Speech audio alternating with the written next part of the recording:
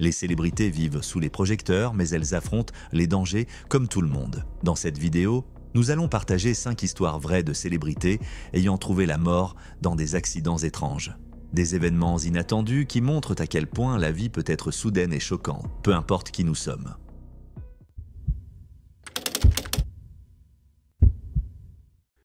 Nous sommes le 29 juillet 1980 à Studio City, en Californie. Charles McGraw, un acteur de 66 ans connu pour ses rôles de dur à cuire dans les films noirs et les westerns, vivait dans une maison paisible.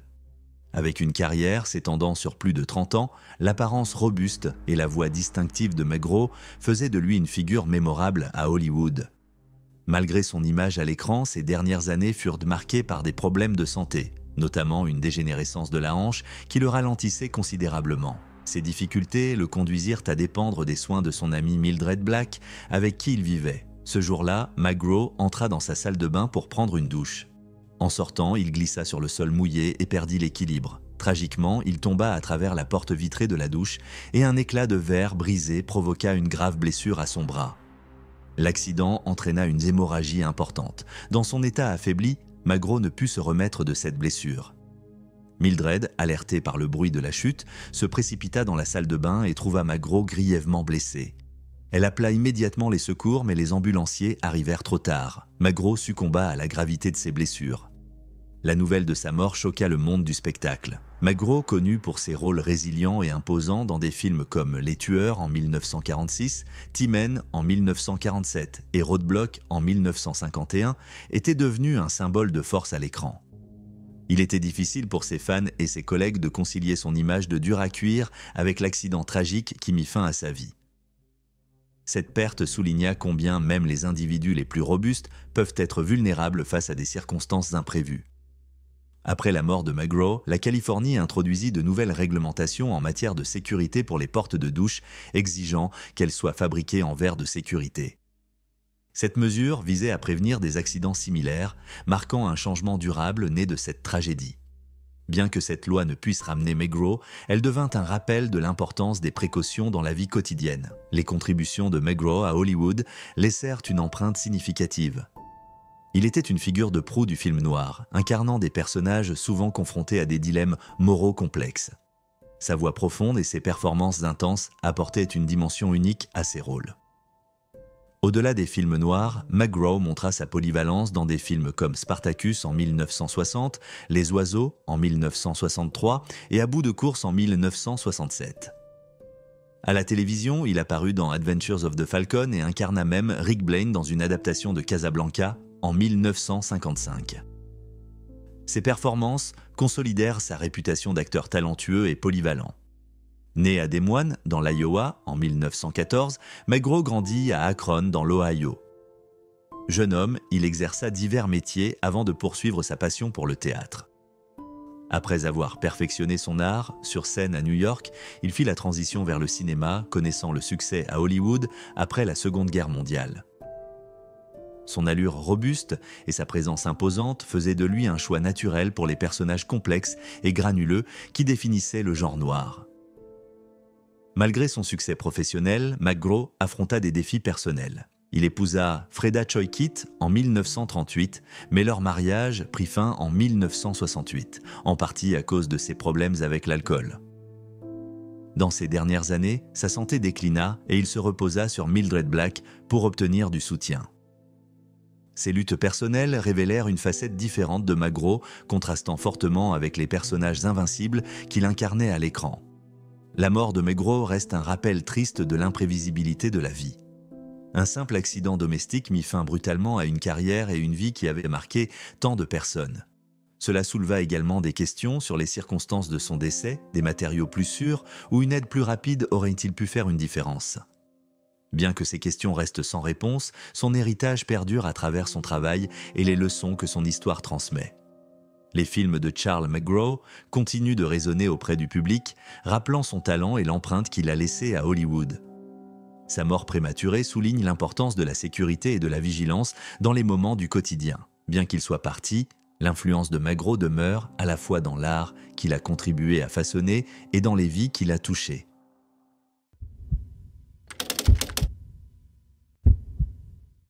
Nous sommes le 17 mars 1999 à Winchelsea, dans l'East Sussex. Rodney Stephen Hull, un comédien britannique de 63 ans célèbre pour son imprévisible marionnette Emu, était chez lui, prêt à regarder un match de la Ligue des Champions entre Manchester United et l'Inter Milan. Plus tôt dans la soirée, Hull avait assisté à la première de la pièce Animal Crackers dans le West End à Londres, accompagné d'amis dont Joanne, ancienne comtesse de Bradford, et son mari, Richard. Malgré l'ambiance animée, Hull semblait préoccupé, se plaignant fréquemment de la mauvaise réception de sa télévision. Depuis des semaines, Hull rencontrait des problèmes de signal et il voulait regarder le match avec son fils de 19 ans, Oliver. Pendant leur sortie, il plaisanta en disant qu'il pourrait grimper sur son toit pour régler l'antenne. Joanne suggéra que cela pourrait être une solution rapide sans se douter des conséquences tragiques que cette remarque aurait plus tard. De retour chez lui en cette soirée orageuse, Hull devint de plus en plus frustré par la mauvaise réception. Déterminé à régler le problème, il décida de monter sur le toit lui-même. C'était une tâche qu'il avait déjà accomplie à plusieurs reprises, donc il n'hésita pas. Aux alentours de 20h20, pendant la mi-temps, Hull installa une échelle à l'extérieur. Malgré les vents violents et la visibilité réduite, il grimpa pour ajuster l'antenne. À l'intérieur, Oliver entendit des bruits dehors, un léger choc suivi d'un bruit plus lourd. Inquiet, il sortit et appela son père. N'obtenant aucune réponse, il monta sur le toit, mais ne trouva pas Hull. À la place, il découvrit son père étendu, inerte, au sol près de la serre. Alarmé, Oliver contacta les services d'urgence et appela sa mère, qui vivait en Australie, lui annonçant avec panique que son père était tombé et qu'il ne ressentait plus de pouls. À l'arrivée des ambulanciers, ceux-ci tentèrent de stabiliser Hull, mais ses blessures étaient graves. Il fut transporté en urgence à l'hôpital Conquest de Hastings, où il fut déclaré mort à son arrivée. Le rapport du coroner confirma que les blessures causées par la chute étaient fatales. Bien que certaines spéculations évoquèrent une possible crise médicale avant la chute, l'enquête conclut que le décès résultait de l'impact. La nouvelle de la mort de Hull choqua ses fans et ses collègues. Connu pour son humour chaotique, Hull avait marqué la télévision avec des moments mémorables, notamment grâce aux pitreries d'Emu. L'une de ses scènes les plus célèbres reste l'attaque d'Emu sur l'animateur Michael Parkinson, un moment encore gravé dans les mémoires. Sa mort soudaine marqua la fin d'un chapitre unique dans le monde du divertissement britannique. Son ami de longue date, Giles Brandrett, exprima plus tard un sentiment de culpabilité concernant l'accident. Lors d'un podcast, il se rappela avoir plaisanté en suggérant à Hull de monter sur le toit pour réparer l'antenne. Bien qu'il n'ait pas été présent au moment des faits, il pensait que ses paroles avaient peut-être influencé la décision de Hull. Cependant, sa version des événements n'était pas tout à fait exacte. La sortie au théâtre qu'il mentionna avait en réalité eu lieu la veille de l'accident, et Joanne contesta cette version. Selon elle, c'était elle et son mari qui avaient accompagné Hull ce soir-là, et non Brandrett. Oliver, quant à lui, parla également du regret qu'il portait depuis cette nuit-là. Il avait proposé de monter sur le toit à la place de son père, mais ce dernier insista pour s'en charger lui-même. Pour Oliver, ce souvenir resta une source de douleur, bien que personne n'aurait pu prévoir une issue aussi tragique.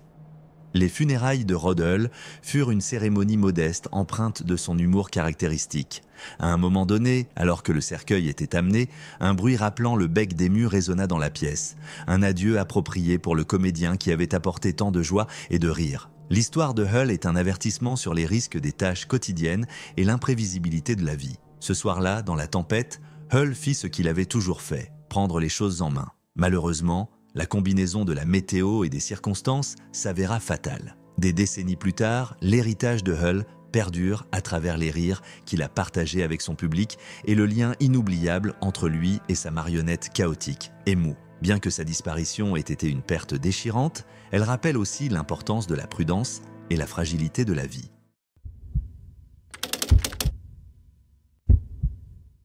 Le 16 mars 2009, au Mont-Tremblant, une station de ski située au Québec, au Canada, Natasha Richardson, une actrice de 45 ans reconnue pour ses rôles dans À nous quatre, The Parent Trap et à Broadway, profitait de vacances en famille. Bien que Natasha ne soit pas une skieuse expérimentée, elle choisit de descendre une piste facile appelée Nansen, réputée pour ses pentes douces et adaptée aux débutants. Un moniteur l'accompagnait pour la guider tout au long de la descente. Vers midi, Natasha tomba en skiant et se cogna la tête contre la neige. Au départ, Elle semblait aller bien.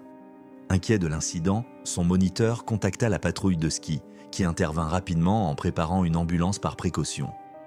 Cependant, Natacha rassura tout le monde en affirmant qu'elle n'avait rien et refusa toute aide médicale. Elle signa une décharge de responsabilité et retourna à pied à son hôtel, situé à seulement 300 mètres. Une ambulance arriva mais fut renvoyée, Natacha insistant sur le fait qu'elle se sentait parfaitement bien. Elle appela même son mari, l'acteur Liam Neeson, qui se trouvait à Toronto pour un tournage, pour lui raconter la chute et le rassurer qu'il n'y avait pas lieu de s'inquiéter. Environ 1 heure après être rentrée à l'hôtel, Natacha commença à ressentir un mal de tête et montra des signes de confusion. Alarmée, sa famille appela de nouveau une ambulance vers 15 heures. À son arrivée à l'hôpital, ses signes vitaux semblaient stables et elle pouvait respirer avec assistance. Cependant, son état se détériora rapidement. L'hôpital local n'ayant pas les ressources nécessaires pour traiter ses symptômes graves, Natacha fut transférée vers un centre de traumatologie plus grand à Montréal, situé à 90 km. Liam se précipita à Montréal dès qu'il apprit la nouvelle. À son arrivée, la situation était critique. Les médecins lui annoncèrent que Natacha avait subi une blessure cérébrale causée par une hémorragie interne. La pression sur son cerveau était devenue insoutenable, la rendant non réactive. Cette condition, appelée hématome épidural, résultait de sa chute sur la piste. Le cœur brisé, Liam partagea un dernier moment avec sa femme. Il se souvient lui avoir dit qu'elle ne reviendrait pas de cela, lui expliquant qu'elle s'était cogné la tête. Il n'était pas sûr qu'elle puisse l'entendre, mais il savait que c'était la réalité. La famille décida de la ramener à New York. Le 18 mars 2009, Natacha fut transportée à New York, où ses proches se rassemblèrent pour lui faire leurs adieux. À l'hôpital Lenox Hill, le soutien vital fut débranché et Natacha s'éteignit. La disparition soudaine de Natacha bouleversa sa famille, ses amis et ses fans à travers le monde. Sa mort sensibilisa à la question des risques liés au ski, même sur des pistes pour débutants. Natacha ne portait pas de casque, ce qui déclencha un débat sur les mesures de sécurité. Bien que le port du casque ne soit pas obligatoire, cet incident mit en lumière son importance. Les experts soulignèrent que, même avec une prise en charge médicale immédiate, sa blessure aurait pu être difficile à détecter rapidement et le retard dans l'accès aux soins spécialisés aggrava probablement son état. Dans les mois qui suivirent, Liam parla de son deuil, le décrivant comme des vagues d'instabilité. Il trouva de la force auprès de ses 2 fils, Michéal et Daniel. Michéal, alors âgé de seulement 14 ans, changea plus tard son nom de famille pour Richardson afin d'honorer sa mère. Il suivit les traces de ses parents dans le métier d'acteur, jouant aux côtés de Liam dans le film Made in Italy. Une expérience qui, selon lui, l'a aidé à se sentir connecté à Natacha. Daniel, de son côté, prit une autre direction, entrant dans le monde des affaires et cofondant une marque de tequila, Donada. Les 2 fils ont préservé la mémoire de leur mère à leur manière. L'héritage de Natacha perdura également à travers sa générosité. Après sa mort, ses organes furent donnés, sauvant plusieurs vies. Liam déclara qu'elle aurait été fière de ce geste, qualifiant cet acte de magnifique prolongement de son esprit altruiste. La famille de Natacha, y compris sa mère, Vanessa Redgrave, et sa sœur, Joely Richardson, soutint Liam et les garçons durant cette période douloureuse. Ensemble, ils trouvèrent du réconfort dans son souvenir, célébrant sa vie et ses contributions à l'art ainsi qu'à ses proches. Malgré les années écoulées, des questions subsistent sur la possibilité de prévenir cette tragédie. Le port d'un casque aurait-il changé les choses? Une intervention médicale plus rapide aurait-elle pu sauver Natacha? Malheureusement, ces réponses restent incertaines. Ce qui est certain, c'est que la disparition de Natacha illustre une fois de plus la fragilité de la vie. Sa famille continue de l'honorer, perpétuant son amour et son héritage.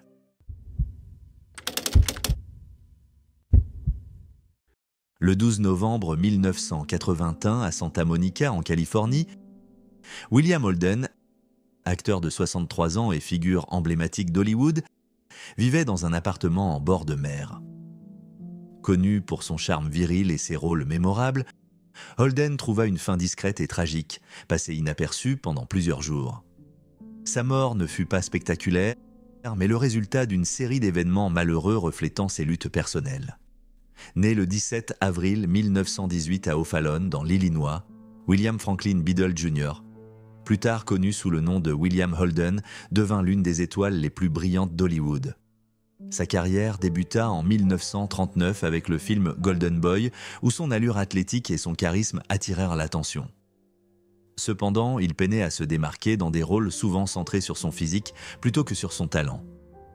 Ce n'est qu'avec Sunset Boulevard, en 1950, que Holden assura sa place dans l'histoire du cinéma. Son interprétation de Joe Gillis, un scénariste mêlé à une star déchue, lui valut une reconnaissance critique et une nomination aux Oscars. Sa carrière atteignit des sommets avec Stalag 17 en 1953, qui lui rapporta un Oscar, ainsi que d'autres classiques comme Le pont de la rivière Kwai en 1957 et l'Aillant 1958 Horde sauvage en 1969. Pourtant, les personnages qu'il incarnait à l'écran, souvent désabusés et fatigués, reflétaient étrangement ses propres tourments.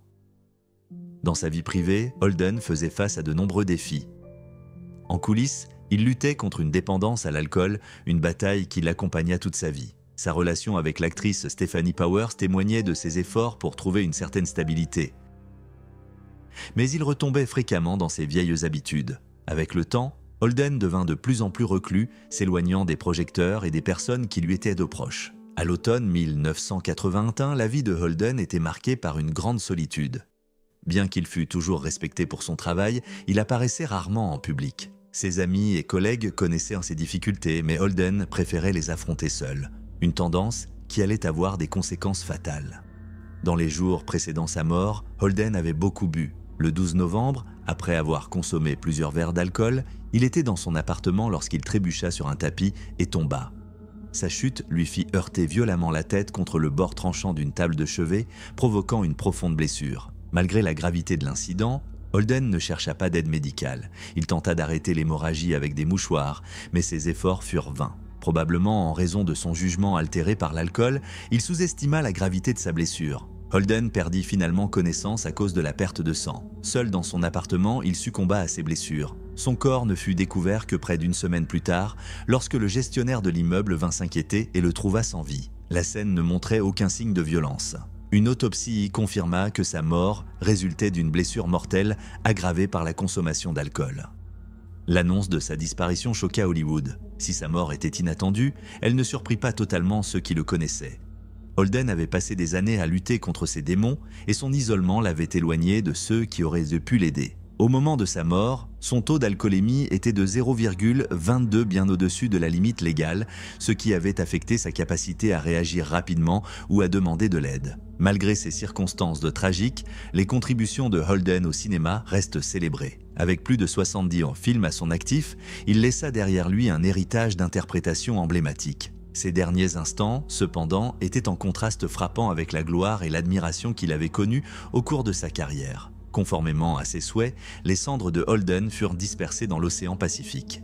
Il n'y eut pas de funérailles officielles reflétant sa nature discrète. Bien que sa vie se soit terminée dans le silence, son travail continue d'être salué, assurant sa place parmi les acteurs les plus polyvalents et accomplis d'Hollywood.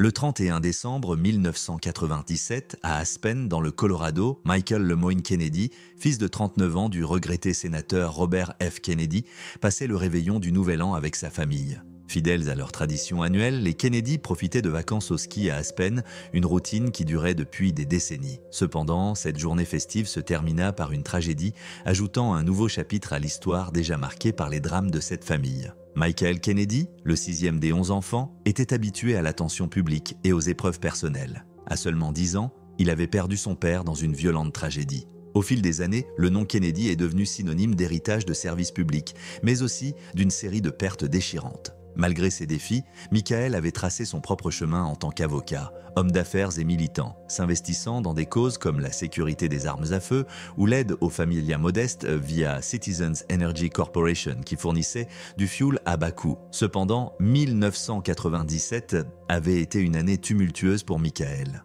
Un scandale éclata lorsqu'il fut révélé qu'il avait entretenu une relation inappropriée avec une jeune fille qui travaillait comme babysitter pour la famille. Une relation qui aurait débuté alors qu'elle n'avait que 14 ans.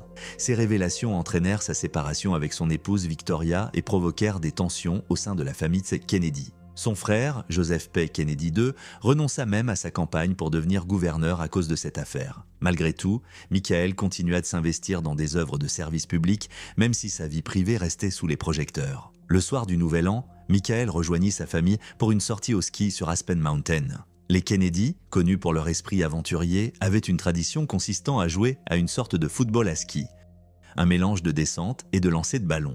Bien que ce jeu ait généralement une ambiance ludique, il comportait des risques, notamment sur des pentes raides. Plus tôt dans la journée, il aurait été rapporté que les équipes de patrouille de la station avaient averti la famille d'arrêter le jeu pour des raisons de sécurité, mais les Kennedy décidèrent de continuer. Vers 16h15, alors qu'il dévalait la piste Copper Bowl sans casque, Michael perdit le contrôle de ses skis et heurta violemment un arbre. L'impact provoqua de graves blessures à la tête et au cou. Les patrouilleurs de la station arrivèrent rapidement sur les lieux et commencèrent à lui prodiguer des soins d'urgence, notamment des traitements cardiaques et une immobilisation de la colonne vertébrale. Malgré leurs efforts, Michael fut transporté en urgence à l'hôpital d'Aspen Valley où il fut déclaré mort à 17h50. Sa mort fut classée comme accidentelle. La perte tragique de Michael Kennedy bouleversa profondément sa famille et le grand public. Sa mère, Ethel Kennedy, qui avait déjà enduré la perte de son époux et d'autres membres de sa famille, fut profondément affectée. Des proches décrivirent une Ethel incapable de bouger ou de parler après avoir appris la nouvelle. D'autres membres de la famille, comme Kathy Lee Gifford, racontèrent comment Ethel refusa de quitter le chevet de son fils à l'hôpital, submergée par un chagrin immense. L'histoire de la famille Kennedy est marquée à la fois par des accomplissements extraordinaires et des tragédies incessantes. La mort de Michael fit écho aux pertes douloureuses du passé, notamment les assassinats de son oncle, le président John F. Kennedy, en 1963, et de son père en 1968. D'autres drames, comme la mort de David Kennedy en 1984 ou les controverses autour de William Kennedy Smith, vinrent alourdir les épreuves familiales. La disparition de Michael Kennedy rappelait une fois de plus la fragilité de la vie, même pour une famille aussi influente que les Kennedy. Ceux qui le connaissaient se souvenaient de son engagement à aider les autres. Malgré ses imperfections, Michael laissa un héritage de service public à travers son travail avec des organisations plaidant pour la sécurité et l'aide énergétique. Amis et collègues le décrivaient comme passionné, bienveillant et déterminé à faire une différence. La nature soudaine de sa mort et les circonstances entourant l'accident laissèrent des questions en suspens. Le jeu aurait-il dû être arrêté plus tôt? Aurait-il survécu si des précautions de sécurité, comme le port d'un casque, avaient été prises? Ces interrogations restent sans réponse, ajoutant à la douleur entourant cette perte. La vie de Michael Kennedy fut un mélange de promesses, de controverses et de dévouement. Sa mort, comme tant d'autres dans sa famille, souligna les défis immenses auxquels les Kennedy ont été confrontés au fil des générations. Pour toute leur influence et leur résilience, ils demeurent profondément humains, confrontés au deuil et à la perte comme n'importe quelle autre famille. La fin tragique de la vie de Michael Kennedy constitue un nouveau chapitre dans la saga continue de la dynastie politique la plus emblématique des États-Unis.